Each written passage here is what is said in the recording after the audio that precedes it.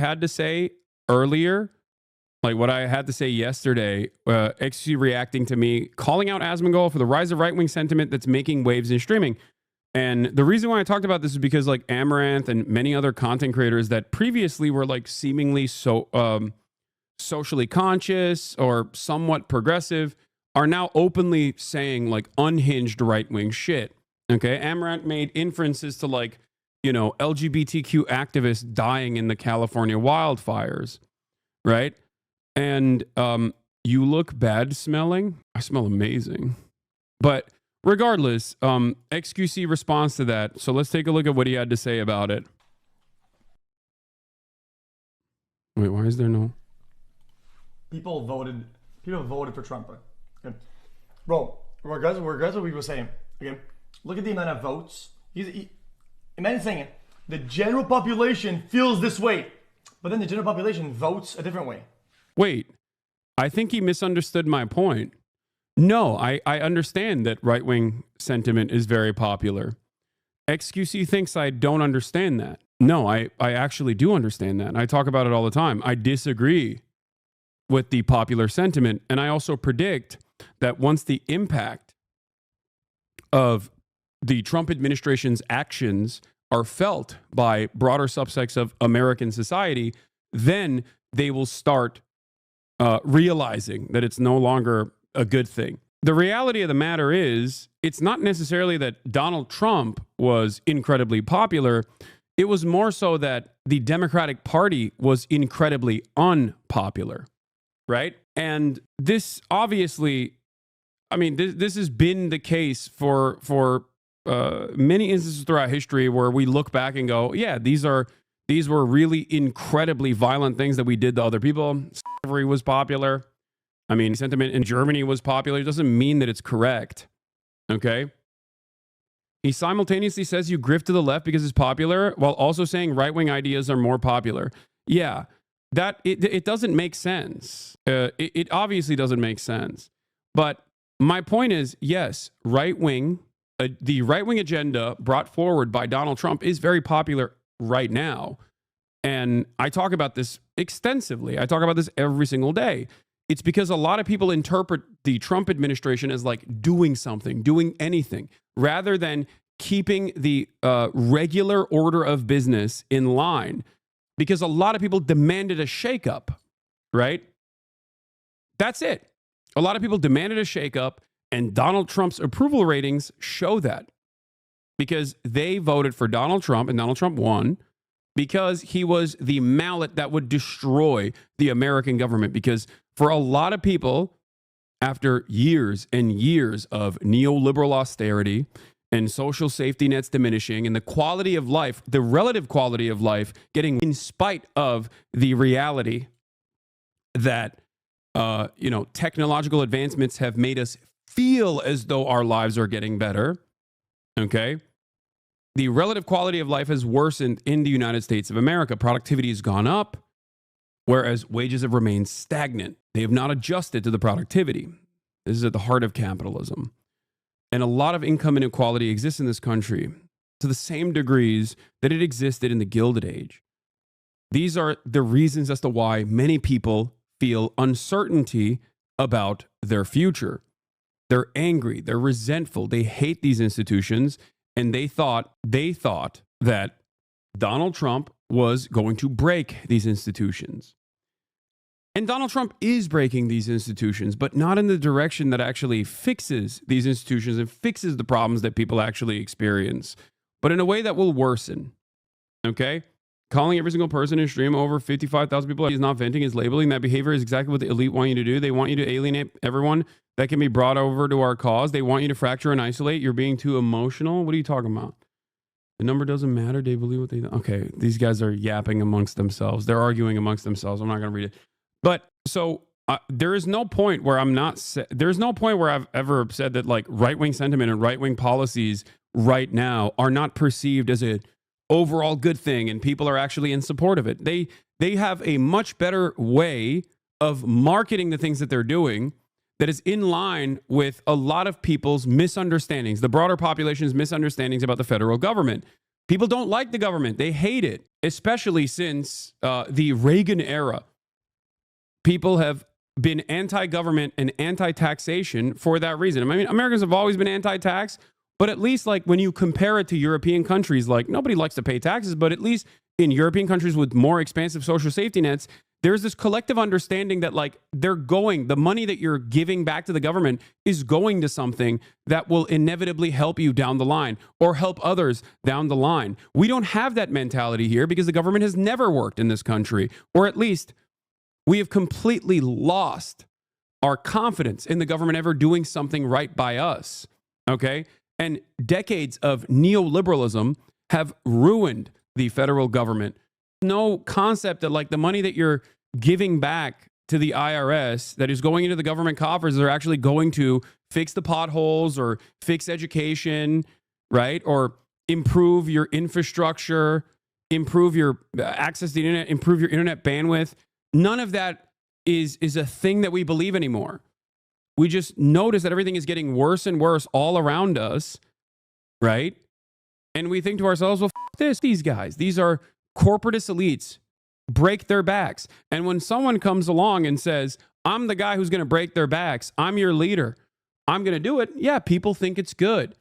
What they fail to recognize, however, is that Donald Trump is breaking the government in a way that will harm people. Okay? This is my disagreement. So the popularity or the popular perception of Trump's policies right now does not change this dynamic for me at all. I am very well aware of it. And it is my job, I think, as a political commentator to explain why these policies are harmful to the broader American public. And that's what I do every day. But in terms of right-wing sentiment becoming more and more popular in spaces like this one, okay, that is, or at least like content creators pushing right-wing sentiment, is because of social perception. Unless they personally had a change of heart that dramatically changed everyone's opinions, including Amaranth, right? They're farming. That's all I was saying. It's a concept that everybody understands. It's called grifting. It's called farming. There are a lot of right-wing content creators out there. There are a lot of right-wingers out there that want to hear from right-wing content creators. It doesn't take too much to say the right-wing things that people will immediately give you positive feedback on. And that's precisely the reason why people do it. It's a grift. It's a concept that XQC understands very well. I think he literally says, I have grifted to the left for years and years and years. So I think he probably understands that, right? Or perhaps maybe he thinks you can only grift to the left, which is hilarious because very clearly it's much easier to grift to the right. If I were to be a grifter and these weren't my genuine opinions that I've defended for a decade now, I would probably become a right-winger and just, get a kick contract. It's not that hard. People voted for Trump. Okay. Bro, regardless of what we were saying, okay, look at the amount of votes. Imagine saying it. The general population feels this way, but then the general population votes a different way. And you're like, well, I think you're just wrong. I mean, I do think they're wrong. I think they're wrong. If tomorrow there was a vote to say we should enslave all black people and the democratic process went through, black people are 13% of the population, and people were, all these Americans voted for that, I would say it's wrong, right? And it's not even just, but the reason why I'm using it as an example is because that was the general sentiment for the longest time. Like even during the civil rights movement, in the aftermath of Martin Luther King Jr.'s assassination, his disapproval rating was at 66%. He was overwhelmingly unpopular in the eyes of Americans. Many decades later, after a decent amount of whitewashing about his past, about his ideological leanings, now Martin Luther King is incredibly popular as a historical figure. My point is, it doesn't necessarily matter what the wishes of the masses are. Having said that, however, okay, my point is that I also do suspect that down the line, once Trump's, evisceration of the administrative state comes to fruition and people start noticing that the government is simply not working at all. Even like the remaining parts of the government that used to work is not working, and the American quality of life is truly worse. Then they will get resentful and angry. That's it. This has happened historically with all kinds of policy, for the record. This is not unique to Donald Trump in general. After all, one of the greatest examples I can point to is abortion. Many Americans that said that they were on board with restricting abortion very quickly turned around and said, oh my God, we were wrong. We actually don't want to limit that much. We just want to limit abortion this much. Like they basically clawed back and directly democratically voted by overwhelming numbers whenever it was presented as an option on a ballot to restore and enshrine protections in their state constitutions. So why did they do that in states that overwhelmingly voted? They did that because a lot of people don't understand the immediate impact of policy until it actually harms them, until it hurts them. Okay? Yeah, buyer's remorse. What are we talking about here? I'm confused. You cannot say the general population doesn't like this, and then the general population. So much of my naysayers unironically just go, I didn't understand what he's saying. I'm confused, but you must be wrong. You're arguing against a position that I have not presented. I'm not saying that Donald Trump's policies right now are broadly considered unpopular. Yeah, I don't think you understand. Vision votes for somebody to be in office that holds those views. So who are you talking to? Like, who is the general population? Is it the residents of California? Is it the big cities' online personalities? Is it people that are on Facebook? Is it the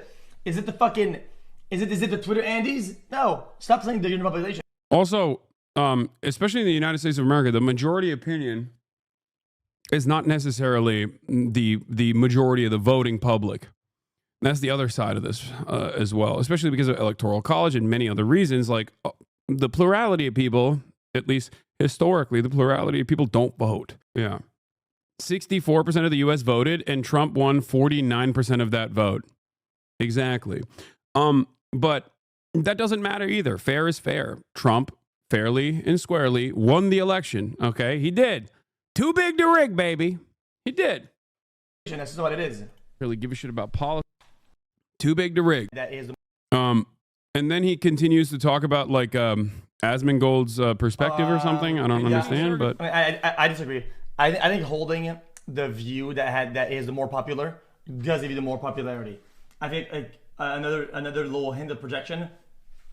If you hold leftist views in areas that are very outrage heavy and leftist, you get a lot of notoriety and you get a lot of appraisal. And his takes are extremely popular and are always in the center of what public opinion likes. And he speaks loudly about what people like, and he's just gonna. He's saying Asmongold takes extremely centrist positions on broadly popular sentiment. He reads the room and tries to hit the center of that room. I don't think this is correct either. Like Donald Trump, even right now, despite the fact that he won the election, is not like an overwhelmingly popular president. He's not.